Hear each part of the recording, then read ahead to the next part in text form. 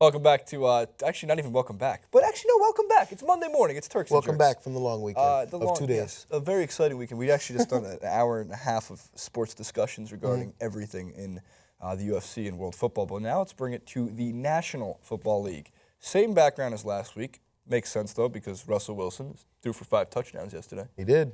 And Tom Coughlin sucks as a head coach. Preview. So we'll see what happens later tonight for the Monday night game. But J.R. Jackson, we're combining the Turks with the Jerks this week. Your best, we'll begin with that, of the weekend. Well, we just mentioned him, man. Russell Wilson. Yeah, man. I mean, it's ridiculous.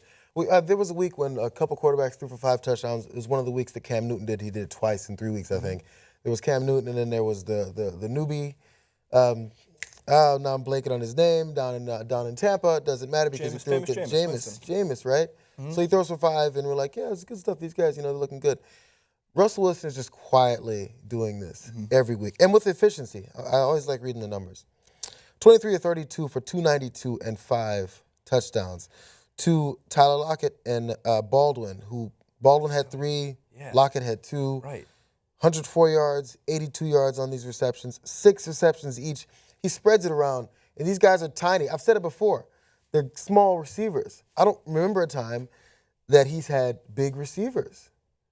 But Jimmy Graham's on the team, and you can consider him a big receiver. But again, he's gone through discussions regarding Jimmy Graham in the past with the Seahawks. But he keeps doing this. I mean, and the Seahawks, I was in the back of my mind, I didn't even realize it. I didn't write them off, but I remember after my Rams beat them, and they, whatever that was, after they beat them, and I was like, oh, Seahawks are going to continue on. It doesn't matter. There's a little bump in the road, right? And they continue to look a little bit futile at the beginning of the season, and now they've just come on silently with this streak. 2 weeks ago, I says, if I were Francis, I says that the Seahawks are going to go to the Super Bowl, right? Because I started talking about how the idea that you can't count out this team because A, the Legion of Boom is starting to click again, which is terrifying for any team. The NFC is a little bit out of whack with the undefeated Panthers and the Cardinals as kind of your 2 best teams, and Aaron Rodgers in there. Russ Wilson is now winning shootouts, and that wasn't even a shootout. They blew out in the Baltimore, right? Yeah. In Baltimore, poor Baltimore, man, they had a lot of games decided by 6 or less points, and then they got blown out by 30.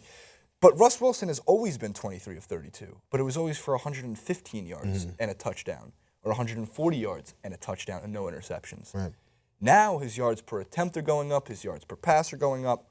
Doug Baldwin's got 8 touchdowns in the last, 3-4 games. Good route running, smart play calling.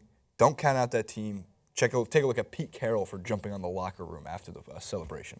And we saw a little bit of Pete Carroll's excitement on the sideline. I'm telling you, it spreads, and you end up having fun even in tense situations. It's what works, And people, I think, were thinking, Pete's his college coach because he motivates these kids, 18 to 22, but he motivates grown men too, man. It's a fun atmosphere, and once they buy in, it's good. He seems like the fun guy to be around, the fun coach. He gives you Adderall, which is nice to keep your focus lightning at the game. I had the Seahawks again too, but Khalil Mack, 5 sacks out of a potential 13 in that game, because every single play he was getting to the quarterback, he was putting the pressure on.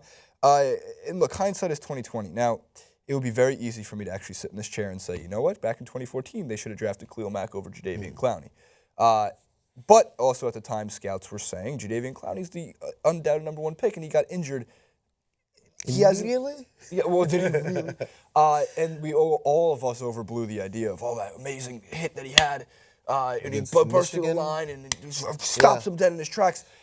He hits the guy, fumbles, and recovers all with one hand. It's like he was like a Superman. Khalil Mack had 4 sacks all of last year, but it was amazing because he looked like he could have had 20.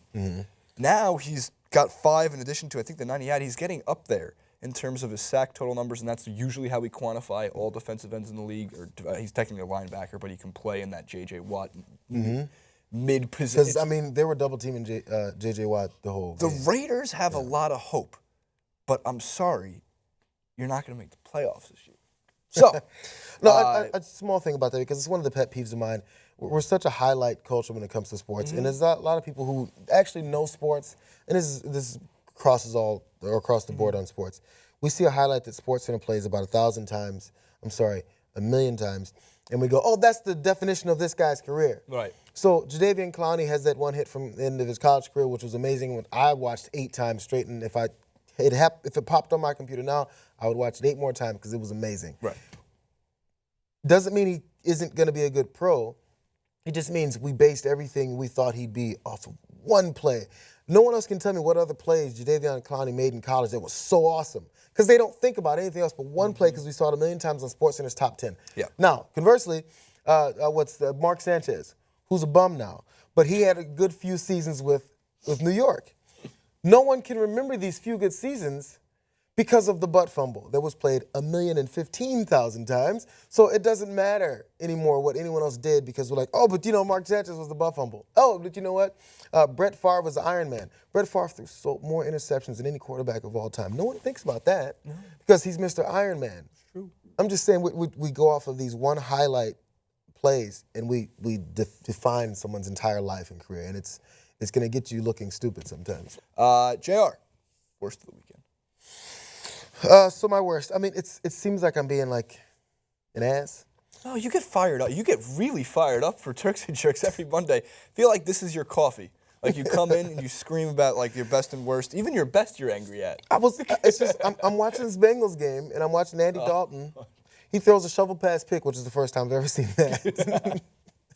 First of all, and that's not even a thing. And he makes an excellent tackle because they were in the red zone, and you don't want to shift field position too much if you give up the ball at least that deep in the other team's territory. He makes a nice tackle, knocks the guy's feet off from under him, gets back up, tries to off the field. Everything looks normal. I don't know how his thumb was severed or if it was broken. Here. But why is it he's the jerk this week, Andy Dalton?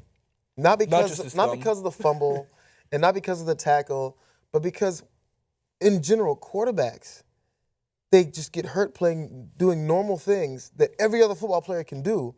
If they're not doing a normal snap, drop back, handoff, pass, shovel, whatever they normally do, they get injured doing it. And I don't know what happens. I think everyone played multiple positions when they were kids.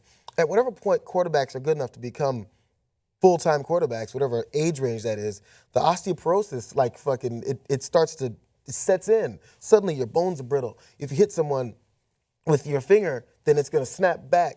But quarterbacks make that same tackle every play that they're at least involved in. Why aren't quarterbacks' fingers getting severed every time they make a tackle, but quarterbacks do? What are they doing wrong? What are they not teaching quarterbacks? They're like, oh my God, quarterback, jump down, hurry up, don't get hurt. What is it that's happening with quarterbacks? There's no answer. I was gonna try to really think of one for you, but there's not. I don't have an answer. I don't understand how this happens this often.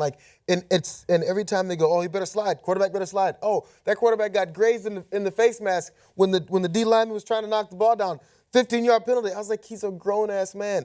I'm starting to take that back. He's no longer a grown-ass man. They just get hurt. There was 2 reactions. The New England Patriots fan base, who Ben once called completely delusional, responded basically with, well, if it was Tom Brady, he'd come in and throw lefty.